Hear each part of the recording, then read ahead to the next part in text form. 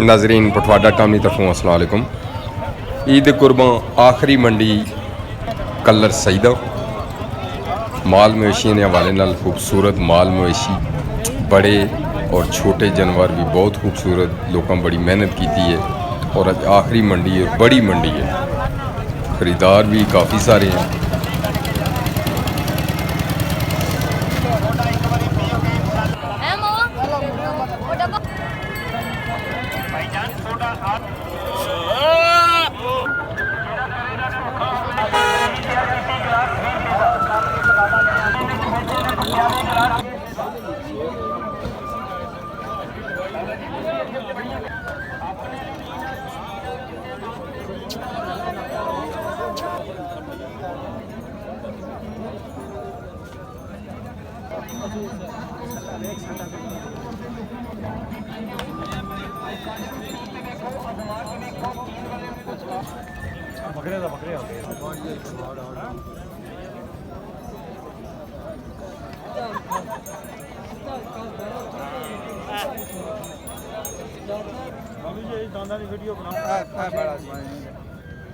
हाँ जी, अमन मम्याम वाले नाम है जी, हाजी साहब मौजूद है।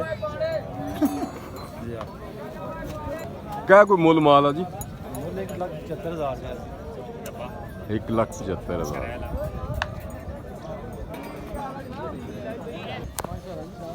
अस्सलाम वालेकुम जनाब।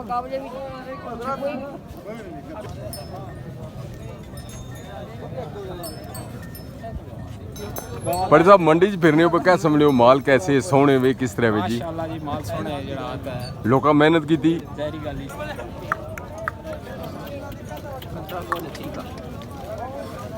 मंडी च फिरने पे माल कैसे भी सोने वे किस तरह वे क्या समझो लोका रखे हुए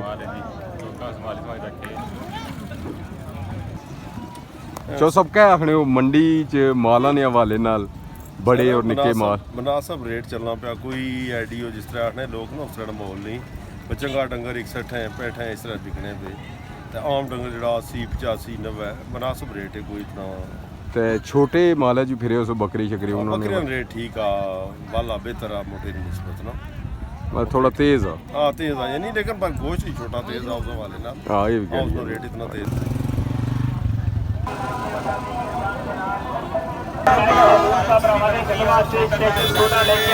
अपने नां दे झंडे गढ़ के जाते हैं सोडा एक बारी पीओगे इंशाल्लाह बार बार पीओगे गिलास लग भाई मोहम्मद साजिद भाई मोहम्मद इरफान